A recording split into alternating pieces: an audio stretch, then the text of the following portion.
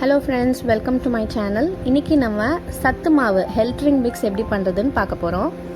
Ingredients பார்க்கலாம். First கேழ்வரகு தான் வந்து பேஸ் எந்த சத்து மாவுக்குமே. ராகி, ஸோ இது வந்து நான் 500 grams எடுத்திருக்கேன், 1/2 kg. இதுதான் வந்து மற்ற எல்லாத்த விட இதுதான் வந்து நான் அதிகமாக எடுத்திருக்கேன். நீங்கள் இல்லை எல்லா ப்ராடக்ட்டும் ஈக்குவல் குவான்டிட்டி எடுத்துக்கிறதுனால எடுத்துக்கலாம். நான் வந்து கருப்பு உளுந்து வாங்கியிருக்கேன். இது வந்து 250 grams. முழு கருப்பு உளுந்து, தோல் எல்லாம் எடுத்ததை விட இந்த மாதிரி வாங்குறது ரொம்பவே நல்லது. ஸோ இதுவே வாங்கிக்கோங்க. முழு பச்சை பயிர் எடுத்திருக்கேன். இதுவும் வந்து 250 grams தான் வாங்கியிருக்கேன் நான்.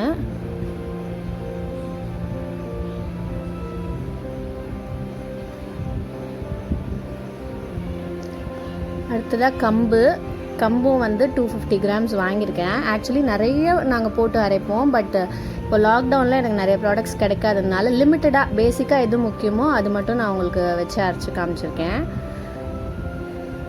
நெக்ஸ்ட்டு சோளம். இது வந்து வெறுமனே சோளம்னு கேட்டிங்கன்னா இந்த மாதிரி தருவாங்க. மக்காச்சோளம் அப்படிங்கிறது நம்ம அந்த பீச்சில் சாப்பிடுவோம் இல்லையா, அந்த மாதிரி சோளமும் கிடைக்கும். இது வேணால் யூஸ் பண்ணலாம். இதுவும் 250 grams நான் எடுத்திருக்கேன். அப்புறம் பார்லி வந்து வெறும் 100 grams நான் எடுத்திருக்கேன்.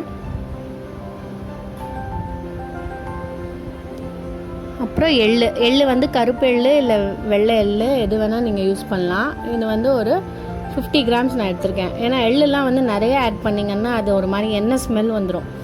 அதனால் கொஞ்சமாக ஆட் பண்ணாலே போதும். பேசிக்காக இந்த இன்க்ரீடியன்ஸ் தான். 7 ingredients நான் எடுத்திருக்கேன். பெரியவங்களுக்குன்னா இதுவே வந்து போதும்.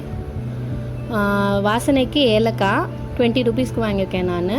அப்புறம் சுக்கு வந்து டைஜஷனுக்கு ஹெல்ப் பண்ணும். ஸோ சத்து மாவு நம்ம எப்போவுமே அரைக்கும் போது கொஞ்சம் சுக்கு ஆட் பண்ணிக்கிட்டோன்னா பசங்களுக்கு எல்லாம் வந்து ஈஸியாக டைஜஸ்ட் ஆகும். சுக்கு வந்து 10 rupeesக்கு வாங்கியிருக்கேன், பட் இதில் பாதி போட்டால் போதும், 5 rupeesக்கு போட்டால் போதும். ஸோ பேசிக்காக இந்த இன்க்ரீடியன்ஸ் தான் வந்து நம்ம அரைச்சிக்கலாம். பெரியவங்களுக்கு எல்லாம் அரைக்கிறோம், வயசானவங்களுக்கு அரைக்கிறோன்னா இது தாராளமாக போதும். ஸோ இது வந்து எனக்கு பார்த்திங்கன்னா டோட்டலாக 190 rupees ஆச்சு. இது எல்லாத்தையும் வந்து தனித்தனியாக ஃப்ரை பண்ணி நம்ம அரைச்சிக்கலாம். கிட்ஸுக்கு அப்படிங்கிறப்போ நட்ஸ் நம்ம ஆட் பண்ணிக்கலாம். என்னென்ன நட்ஸ்னால் கேஷ்யூஸ் ஆட் பண்ணலாம், பாதாம் ஆட் பண்ணலாம். இது இல்லாமல் வந்து பிஸ்தா, அப்புறம் வால்நட் எது வேணால் நீங்கள் ஆட் பண்ணிக்கலாம். நான் வந்து இன்றைக்கி பாதாம் முந்திரி எடுத்திருக்கேன், உடச்ச கடலை எடுத்திருக்கேன், அப்புறம் வேர்க்கடலை, வறுத்த வேர்க்கடலை. ஸோ இதெல்லாம் வந்து ஈச் 50 grams அந்த மாதிரி போட்டுக்கோங்க. இல்லை அதை விட கம்மியாக கூட போடலாம். ஏன்னா எண்ணெய் உங்களுக்கு எந்த அளவுக்கு வராமல் இருக்கோ அந்தளவுக்கு ரொம்ப நாள் நல்லாயிருக்கும். போனோன்னா நம்ம ஃப்ரை பண்ணி எடுத்துக்கலாம். ட்ரை ரோஸ்ட் தான் பண்ணணும். கடாய் நல்லா ஈரம் இல்லாமல் ட்ரையாக இருக்க மாதிரி பார்த்துக்கோங்க. அண்டு வாங்கிறது வந்து நல்ல ஸ்டோரில் வாங்கினீங்கன்னா உங்களுக்கு கல் தூசி எல்லாம் இல்லாமல் இருக்கும். அந்த மாதிரி பார்த்து வாங்கிக்கோங்க. அப்படி இல்லைன்னா ஒன்றொன்றையும் தனியாக நீங்கள் ஒரு வாட்டி முரத்தில் கொட்டி க்ளீனாக இருக்கா, கல் தூசி எல்லாம் இல்லாமல் இருக்கான்னு பார்த்துட்டு வறுத்துக்கோங்க. ஸோ ராகி வந்து உடம்புக்கு ரொம்பவே நல்லது. ப்ரோட்டீன், கால்சியம் எல்லாமே ரொம்ப நிறைய இருக்குது இதில். டயபெட்டிஸ் இருக்கவங்க வந்து ராகி கண்டிப்பாக எடுத்துக்கலாம் ரைஸ்க்கு பதிலாக. ஃபைபரும் ரொம்ப நிறைய இருக்கிறதுனால ராகி ரொம்ப நல்லது. ஆன் அ டெய்லி பேசிஸ் இந்த கஞ்சி கொடுக்கலாம் குழந்தைங்களுக்கு. ஒரு 6 மாதத்துலேருந்தே கொடுக்கலாம். ஸோ ஃபஸ்ட்டு ராகி நம்ம நல்லா ரோஸ்ட் பண்ணிக்கலாம். எதுவுமே வந்து ஃப்ளேமில் பண்ணாதீங்க, மீடியம் ஃப்ளேமில் வச்சுக்கோங்க. ஒன்றுமே வந்து ஒரு 5 to 10 minutes ஆகும் ரோஸ்ட் ஆகிறதுக்கு. உங்களுக்கு நல்லா ஸ்மெல் வர ஆரம்பிக்கும் ரோஸ்ட் ஆகிடுச்சுன்னா. அந்த மாதிரி ஸ்மெல் லைட்டாக வந்தோடனே நீங்கள் வந்து ஸ்டாப் பண்ணிடலாம். கரிஞ்சிடாமல் பார்த்துக்கோங்க. ஏன்னா தீஞ்சிடுச்சுன்னா உங்களுக்கு அந்த கஞ்சி மாவு எப்போ நீங்கள் கஞ்சி வைக்கும்போதும் ஒரு மாதிரி தீஞ்ச ஸ்மெல் வரும். அதனால் ஸ்லோ ஃப்ளேமில் இல்லை மீடியம் ஃப்ளேமில் வச்சு வறுத்து எடுத்துக்கோங்க.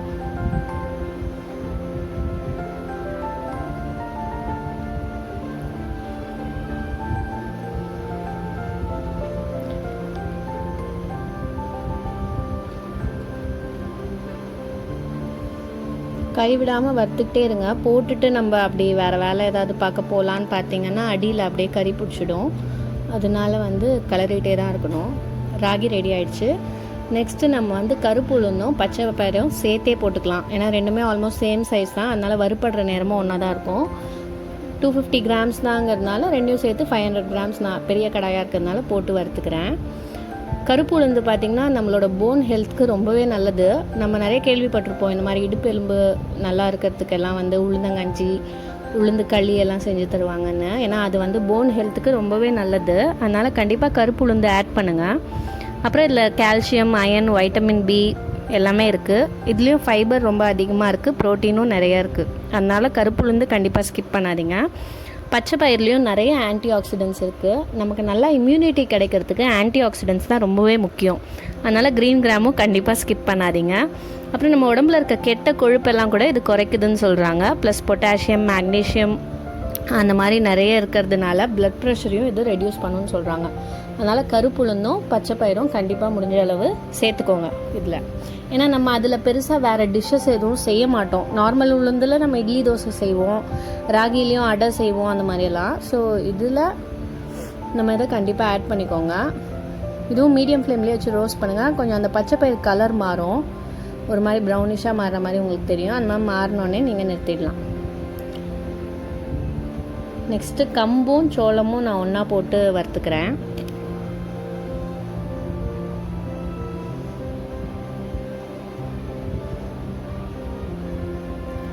சோளம் வந்துட்டு நல்லா ஃபைபர் நிறைய இருக்குது அதில். அதனால் அது டைஜஷனுக்கு ரொம்பவே நல்லது, இம்யூனிட்டிக்கும் ரொம்ப நல்லது. சோளம் ப்ரோட்டீன் நிறைய இருக்குது அதில். கம்பில் வந்துட்டு ப்ரோட்டீன் நிறைய இருக்குது, ஃபைபர் நிறைய இருக்குது. இதுவும் வந்து டயபெட்டிஸ் இருக்கவங்களுக்கும் ஹார்ட் ப்ராப்ளம் இருக்கவங்களுக்கும் ரொம்ப நல்லது. கொலஸ்ட்ரால் கண்ட்ரோல் பண்ண ஹெல்ப் பண்ணும். என்னென்ன ப்ராடக்ட்ஸ் உங்களுக்கு கிடைக்குதோ நீங்கள் ஆட் பண்ணிக்கலாம். ஒரு வாட்டி ஒன்று ஸ்கிப் பண்ணிவிட்டு இன்னொரு வாட்டி இன்னொன்று ஆட் பண்ணிக்கலாம், ஒன்றும் ப்ராப்ளம் இல்லை. முடிஞ்ச அளவுக்கு இது எல்லாமே மில்லட்ஸ் எல்லாமே நம்ம உடம்புக்கு நல்லதுங்கிறதுனால இன் சம் ஃபார்ம் நம்ம அதை எடுத்துக்கிட்டால் அது ரொம்ப நல்லது. குழந்தைங்களுக்கும் கொடுக்கலாம்.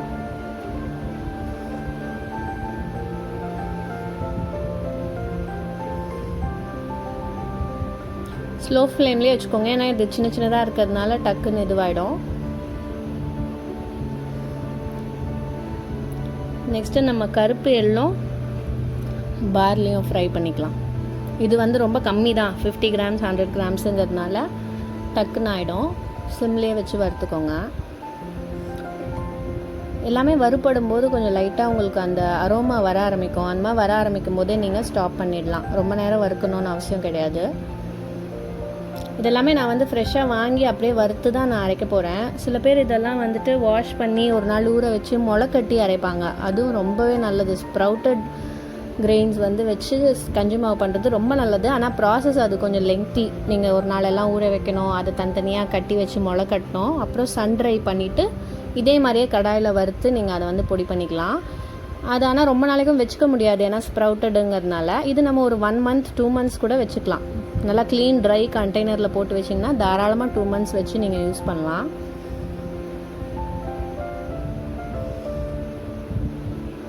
அவ்வளோதான், முடிஞ்சிடுச்சு. இப்போ நம்ம அந்த நட்ஸ்லாம் வறுத்துக்கலாம். வேர்க்கடலை ஆல்ரெடி வறுத்தது தான், உடச்ச கடலை. அது கூடவே நான் சுக்கு போட்டுக்கிறேன். நான் சொன்ன பாதி தான் போட்டுக்கிறேன். அந்த 10 ருபீஸ் வாங்கினது நான் ஃபுல்லாக போடல, பாதி போட்டுக்கிறேன். அப்புறம் ஏலக்காவும் போட்டுக்கிறேன்.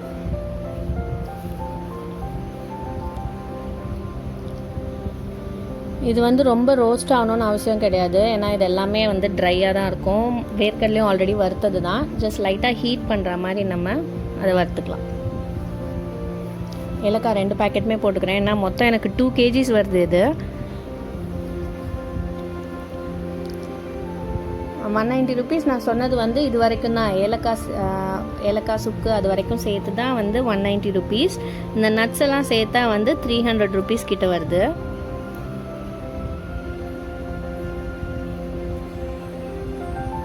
300 ருபீஸ்க்கு 2 kgs கஞ்சி மாவு நம்மளே ப்ரிப்பேர் பண்ணுறதுங்கிறது ரொம்பவே நல்லது தான், எக்கனாமிக்கலும் கூட.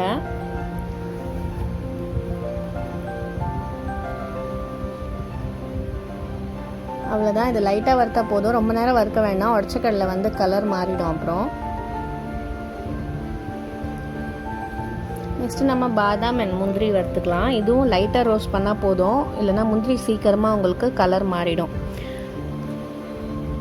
பாதாம்லேயும் பார்த்திங்கன்னா நிறைய ஆன்டி ஆக்சிடென்ட்ஸ் இருக்குது, வைட்டமின் இ இருக்குது. இது வந்து ஹார்ட்டுக்கு ரொம்ப நல்லது, கொலஸ்ட்ரால் லெவலெல்லாம் கம்மி பண்ணும். கேஷ்யூவும் வந்து ஃபைபர் நிறைய இருக்குது, ஹார்ட் ஹெல்த்துக்கு ரொம்ப நல்லது, பிரெயின் ஹெல்த்துக்கு நல்லது, இம்யூனிட்டி கொடுக்கும் கேஷ்யூ. ஸோ என்ன நட்ஸ் கிடைக்குதோ நீங்கள் ஆட் பண்ணிக்கோங்க. பிஸ்தாஸ் எல்லாம் கூட ஆட் பண்ணிக்கலாம். பட் பிஸ்தா வால்நட் எல்லாம் நீங்கள் ஆட் பண்ணிங்கன்னா இதோட குவான்டிட்டியை கொஞ்சம் கம்மி பண்ணிக்கோங்க. நான் சொன்ன மாதிரி முடிஞ்ச அளவு நட்ஸ் நம்ம ரொம்ப நிறைய சேர்த்தோன்னா எண்ணெய் சிகிடு வாசனை வந்துடும் கொஞ்சம் நாளில் உங்களுக்கு கஞ்சி மாவில். ஸோ வேறு நட்ஸ் நிறைய நீங்கள் ஆட் பண்ண போகிறீங்கன்னா இதோட குவான்டிட்டி கொஞ்சம் 50 கிராம்ஸ் போடாமல் 20 கிராம்ஸ் ஈச் அப்படிங்கிற மாதிரி போட்டுக்கோங்க.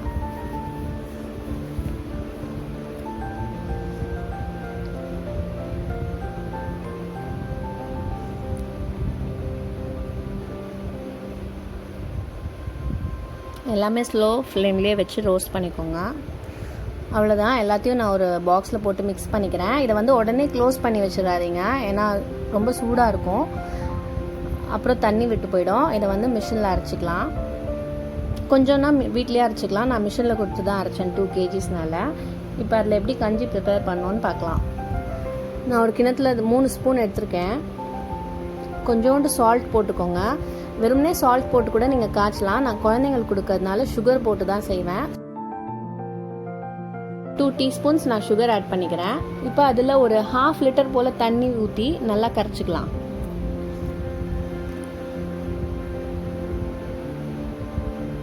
தண்ணி ஊற்றி கட்டி இல்லாமல் நல்லா கரைச்சிக்கோங்க. வெறுமனே உப்பு போட்டு கூட காய்ச்சி கொடுக்கலாம். குழந்தைங்களுக்காக நான் சுகர் போட்டிருக்கேன். சுகர் போடும்போது வெறும் சுகர் போட்டிங்கன்னா அந்தளவுக்கு இனிப்பு எடுத்து கொடுக்காது அப்படிங்கிறதுக்காக அந்த பிஞ்ச் ஆஃப் சால்ட் நான் ஆட் பண்ணியிருக்கேன். அவ்வளோதான், தண்ணி ஊற்றி நல்லா கரைச்சாச்சு. இப்போ கஞ்சி காய்ச்சிடலாம். அடுப்பில் வச்சதுக்கப்புறம் கிளறாமல் இருக்கக்கூடாது, அடியில் பிடிச்சிக்கும். ஸோ வந்து கிளறிட்டே தான் இருக்கணும். இந்த கஞ்சி காய்ச்சும் போது ஒரு 3 to 4 மினிட்ஸில் ரெடி ஆகிடும்.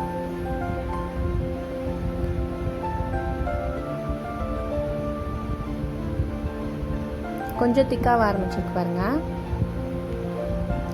ரொம்பவே ஹெல்த்தி இது. பெரியவங்களும் வந்துட்டு குடிக்கலாம், குழந்தைங்களுக்கு கொடுக்கலாம். சின்ன குழந்தைங்களுக்கு ஊட்டும்போது இந்த மாதிரி இவ்வளோ தண்ணி ஊற்றி காய்ச்சாமல் அந்த 3 ஸ்பூனில் வந்து ஒரு 1 டம்ளர் தண்ணி நீங்கள் ஊற்றி திக்காக காய்ச்சினீங்கன்னா நல்லா ஸ்பூன் போட்டு அவங்களுக்கு ஃபீட் பண்ணலாம். 6 மந்த்ஸ்லேருந்தே கொடுக்கலாம். ஆல்மோஸ்ட் ரெடி ஆகிடுச்சு. நல்லா கட்டியாக ஆரம்பிச்சிச்சு பாருங்கள்.